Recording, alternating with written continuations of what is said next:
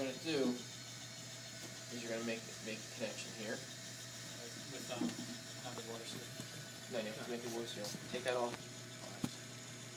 There you go. Is that a twisty? It's a twist. So we can. Good.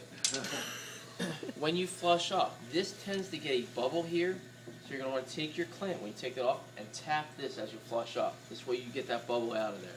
If not, you'll put that bubble right to coronary. And at that point, the surgeon will ask you to, like, flush sleeves last time, right? What I do, they're going to tell you to flush please, they will. Right. But what I do is, and we're going to do it right now. And so our pleage is all flushed through. You turn it here, Okay. and off to there. Flip your cover. Close your bridge. Did you occlude it back down after you underoccluded it? I underoccluded a little bit because I think was it still grossly You'll underoccluded? be able to tell if it's under. Hold on a minute. Yeah, I think You have a it's pen? all the way down. But it didn't do that jumping thing after. Who is it? Because No, when you gotta go a lot. I have a pen. You gotta go right to that point. I got a pen. It's all the, like right now. If you ever have a question, Take my pen. if you ever have a question about the occlusion, what's going to happen is your prime's going to shoot up into your bag, or blood will shoot up into your bag. Actually, if it's underoccluded. so what'll happen? Make a mark. You'll tell. So, what I want you to do is I want you to take off the clamp,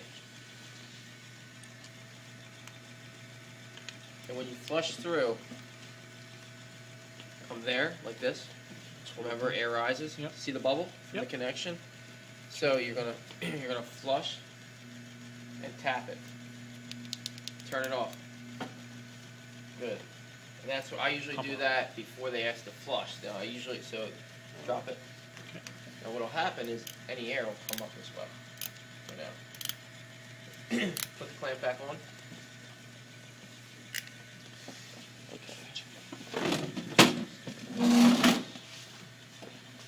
Excuse me.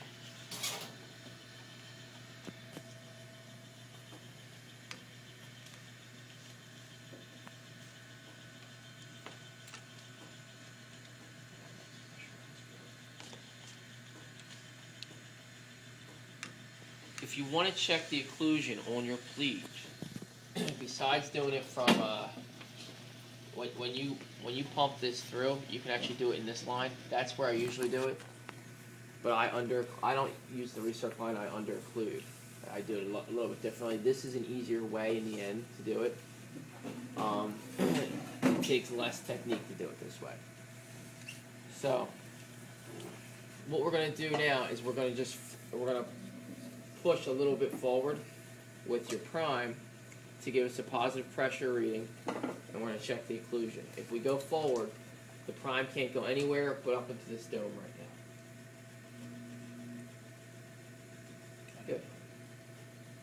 The way to check, we want to be 100% occluded, which we're obviously 100% occluded. The way to check if we're over occluded is if we're over occluded, this will jam. This 4-to-1 jams very easily.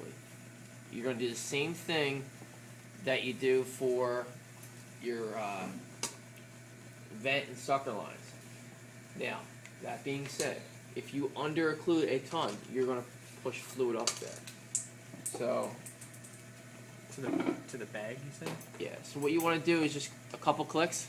See how it's going down, and go. A couple clicks over, or a couple clicks under? You're going a couple clicks under, Under, okay. and when you see it go down, you just want to click it till it goes back. So right there. Just until it stops. So you want to check it again. Pressurize a little more. Is it bad to go up, let's say, to past 200 to check it? It's not really going to hurt anything, because what you can, I mean, after you do that, you know, what you can do is you can just open this. Yeah. Well, I prefer, Which doesn't really preferably, work I too would well. like to do it at higher pressures. I don't know if this makes any sense. You can Because open those this one. slight differences are going to be seen. There. I don't know if that makes any sense. What?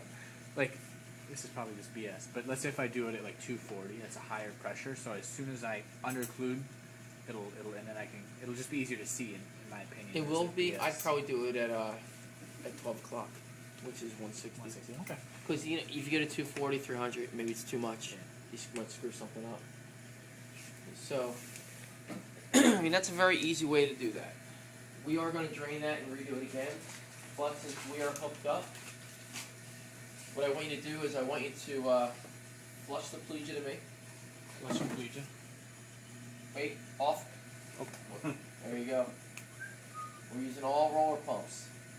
If you have a pump on, you need to take the clamp off. Off. Off. Good. Put the clamp back on. Always, as soon as you As soon shut as you it come off. off, you clamp it. I do. The reason I do is because certain surgeons will hook that up to a vent. It'll suck all your plegia out of there. When you give retrograde cardioplegia, it's usually a system where they're venting the it's going backwards in the heart. We went over this on the board, remember? You're gonna vent the root. So they're venting the root, right? So you're giving through the coronary sinus, it's going down the coronary veins to the heart, out the coronary arteries, ends up in the root where you have a clamp and you have your aortic valve. So it needs to be vented through the root vent.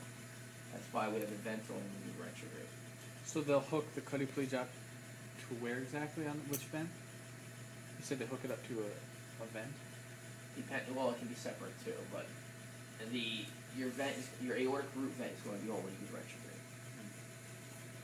Antegrade. I can't find the antegrade needle, which is killing me. I had one as demonstration. Antegrade goes into the aorta. So what'll happen is there'll be a cardioplegia Y, which you know what? It was really helpful.